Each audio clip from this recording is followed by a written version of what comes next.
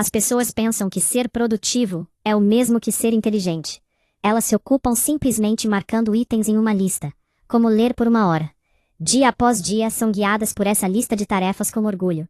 Embora a consistência não seja inerentemente ruim, ela não importa quando a tarefa é realizada sem a mentalidade correta. Não é difícil encontrar vídeos que promovem um suposto modelo para o sucesso, uma lista repleta de tarefas a serem concluídas a cada semana. Não estou descartando todas as dicas desses vídeos, mas estou tentando olhar além da superfície. Ao realizar essas tarefas, geralmente nos sentimos melhor. Ficamos orgulhosos porque cumprimos o que havíamos planejado. Planejamos acreditando que estamos melhorando, mas nem sempre. O mercado de autoaperfeiçoamento é lucrativo e todos querem sua fatia. Cada vez mais pessoas tentam vender dicas de vida milagrosas.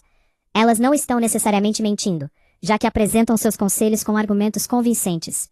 Mas para quem realmente quer se tornar inteligente e estratégico, esse caminho não é sustentável. Qual é o problema?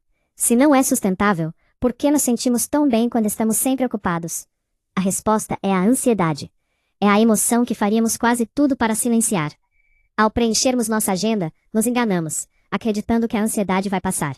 Para muitos, isso basta.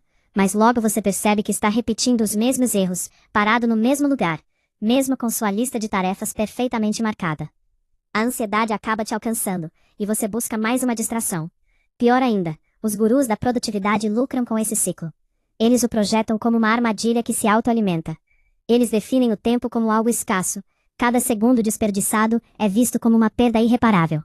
Com essa visão, eles transformam sua ansiedade em modelo de negócios. Essa abordagem trata o tempo como um recurso que deve ser constantemente explorado. A busca constante pela maximização do tempo é uma das raízes mais profundas da ansiedade. Tratamos o tempo como algo escasso, sempre prestes a se esgotar. Isso cria uma falsa urgência, nos impulsionando a concentrar ações em um prazo finito antes que ele expire. Sim, o tempo é finito, mas viver em um estado permanente de urgência distorce a mente. Para quem busca desenvolver inteligência estratégica, essa mentalidade é um veneno. Ela alimenta distorções cognitivas, como o viés de ação, a compulsão de agir, mesmo quando nenhuma ação é justificada, e o pensamento preto-branco. A rigidez de enxergar apenas sucesso ou fracasso, vitória ou derrota, sem compreender as nuances da realidade. No Ocidente, essa distorção é praticamente o padrão cultural. A produtividade é glorificada como virtude. O indivíduo é visto como alguém que está ligado ou desligado, um sucesso ou um fracasso. Esse binarismo é viciante, porque alivia o desconforto da ambiguidade, mas não é sustentável. Você está empurrando uma pedra morro acima, e eventualmente perde a força. É nesse momento que você entrega ao seu oponente o maior presente, o seu colapso. Sob essa pressão, os erros são inevitáveis. Você se encurrala acreditando que é tudo ou nada. Toma decisões precipitadas, convencendo-se de que é sua última chance de influenciar os acontecimentos. Essa é a mentalidade de um jogador desesperado, apostando tudo na próxima jogada, apenas para perder exatamente como esperado. Até aqui, ficou claro como nossa relação com o tempo define a qualidade da nossa vida. O tempo é escasso e a ansiedade passa a te consumir. Você tenta preencher cada momento vazio com tarefas, esperando que a ocupação funcione como distração. Mas a ansiedade não vai embora. Ela te persegue de forma constante. Eventualmente, você entra em esgotamento e repete o mesmo ciclo que antes te levou ao chamado modo monge. Você imagina uma versão ideal de si mesmo, disciplinado, completo, livre da ansiedade. Mas, como ainda está preso à mentalidade de escassez, cada ação parece insuficiente. Você está competindo contra o próprio tempo, e essa é uma corrida impossível de vencer. Mas qual é a alternativa? Como podemos nos relacionar com o tempo de outra forma? Para isso, podemos recorrer ao pensamento clássico chinês, que oferece uma percepção radicalmente diferente. Em contraste com a obsessão ocidental por maximização e binarismo, a tradição chinesa vê o tempo como um processo, um ciclo de maturação. O tempo não é uma linha vazia que precisa ser preenchida. O tempo é o amadurecimento das condições.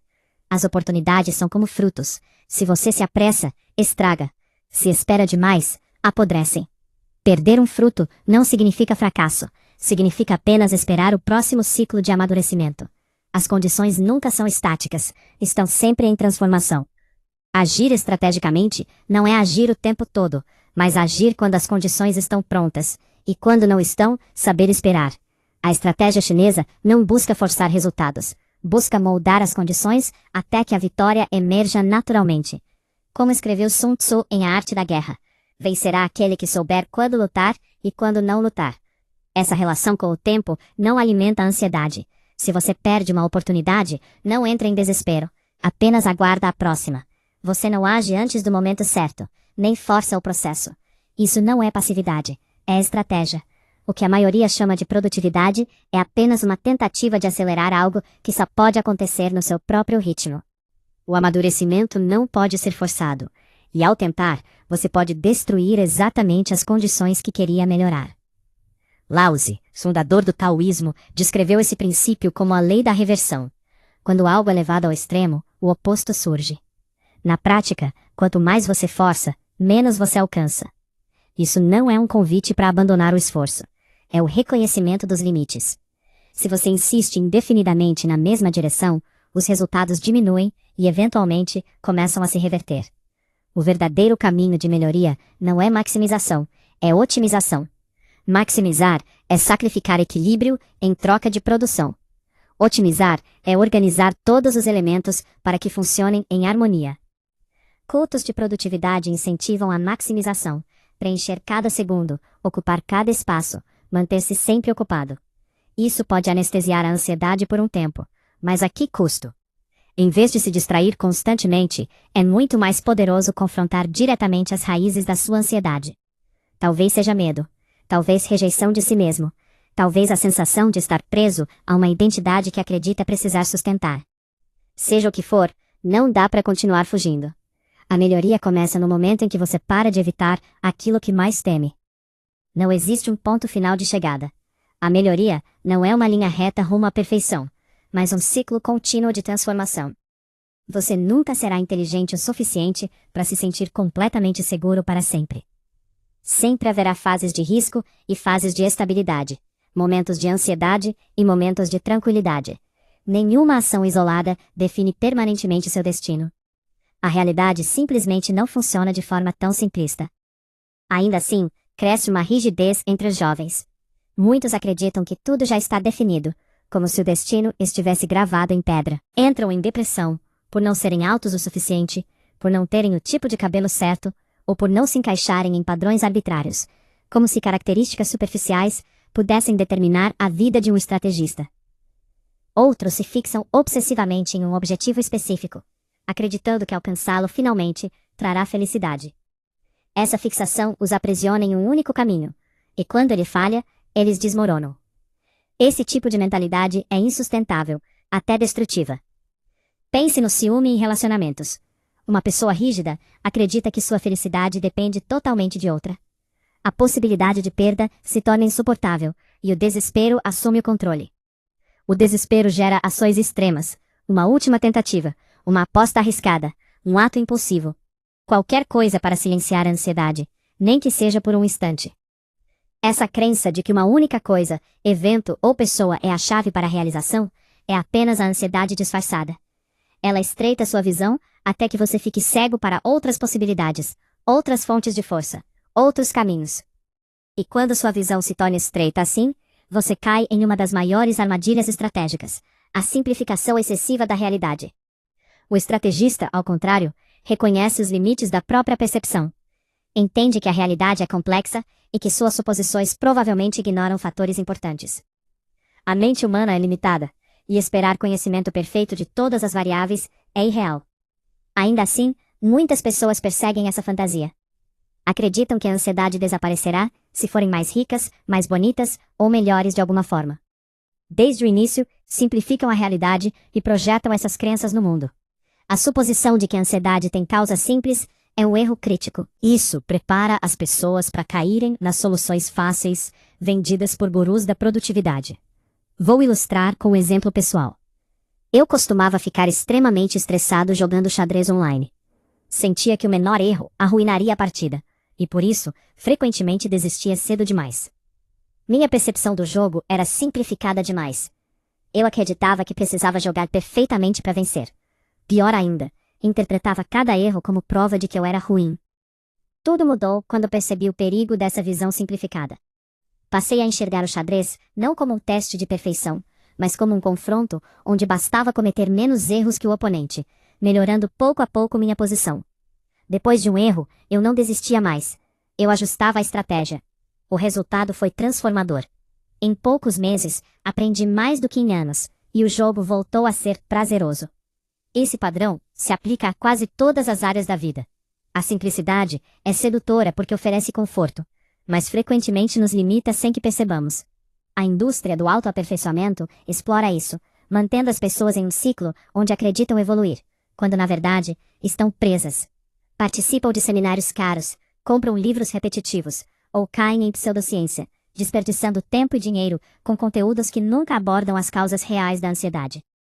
Não importa o quão ocupado você esteja, quantas tarefas complete ou quão detalhado seja seu planejamento. A realidade não vai se adaptar a isso. Se você não se adapta, você se quebra. Então, qual é a alternativa ao trabalho constante? Autoexame. Estude a si mesmo. Compreenda a origem dos seus medos e ansiedades. Investigue por que certas situações geram reações tão intensas. Você pode descobrir padrões ocultos que transformam completamente sua forma de agir. Não se trata de produtividade superficial. Trata-se de desenvolver inteligência estratégica e consciência da complexidade, da ambiguidade e das dinâmicas invisíveis que moldam os resultados. A inteligência estratégica não surge ao evitar desconforto, mas ao enfrentá-lo. Ao encarar a incerteza sem pressa de simplificar. Você começa a enxergar oportunidades invisíveis para outros, ganha clareza e resiliência. Deixa de ser manipulado pela ansiedade ou seduzido por atalhos. O verdadeiro crescimento vem da compreensão profunda da própria mente e da habilidade de navegar pela complexidade com paciência, sutileza e precisão. No fim, a escolha é sua. Você pode continuar preenchendo sua vida com tarefas para se sentir seguro, ou pode pausar, refletir e explorar a arquitetura dos seus pensamentos. O primeiro caminho oferece a ilusão de progresso. O segundo oferece domínio real. A maioria nunca escolherá esse caminho. Preferem o conforto da repetição, a ilusão de controle e as mentiras reconfortantes dos gurus da produtividade. A verdade é desconfortável. Se você não estiver disposto a confrontar a complexidade da sua própria mente, estará escolhendo permanecer impotente. Maestria, discernimento e verdadeira inteligência estratégica pertencem àqueles que encaram o que a maioria evita. Encarar o que a maioria evita. Não é apenas ser lógico, disciplinado ou pragmático. Isso é superfície. Encarar o que a maioria evita no mundo real é não fugir das partes da realidade que tiram poder, e ainda assim, agir com precisão. No núcleo, significa sustentar contato com o que é desconfortável, incerto ou ameaçador, sem distorcer, sem fugir, sem agir por impulso, e usar isso a seu favor. Na prática, isso começa pelos limites reais. A maioria evita admitir, eu não sei. Isso está fora do meu controle. Não sou bom nisso ainda. Preferem manter uma fantasia de controle. Encarar isso é ver o limite, ajustar a estratégia e não mentir para si mesmo. Em seguida vem os trade-offs, as trocas inevitáveis. Todo caminho fecha outros, mas as pessoas querem tudo ao mesmo tempo. Dinheiro, tempo, liberdade, reconhecimento e conforto. Isso não existe. Encarar isso é escolher conscientemente o que sacrificar e parar de reclamar do custo depois. Outro ponto central é a incerteza. A maioria quer garantia antes de agir, mas garantia não existe. Então o padrão é procrastinar, estudar infinitamente e buscar o método perfeito. Encarar isso é agir mesmo sem certeza total, mas com leitura suficiente da situação. Também envolve lidar com a dor sem recompensa imediata, treinar sem resultado visível, estudar sem retorno rápido, construir algo no escuro. A maioria desiste porque não vê retorno. Encarar isso é continuar, mesmo quando não há validação. Há ainda as consequências das próprias escolhas. Muitas pessoas evitam assumir, fui eu que causei isso, ou essa decisão foi ruim. Preferem culpar o contexto, a sorte ou outras pessoas. Encarar isso é assumir, ajustar e evoluir. E é importante entender o que isso não é. Não é ser frio o tempo todo, ignorar emoções, virar um robô lógico ou buscar sofrimento por si só. Isso é distorção. No fim, significa ver a realidade sem maquiagem, aceitar custo e limite, agir com clareza em vez de fuga emocional, sustentar processos longos sem recompensa imediata e não depender de sensação para continuar. Em uma frase, a maioria tenta se sentir melhor. Quem encara, tenta ver melhor, mesmo que doa.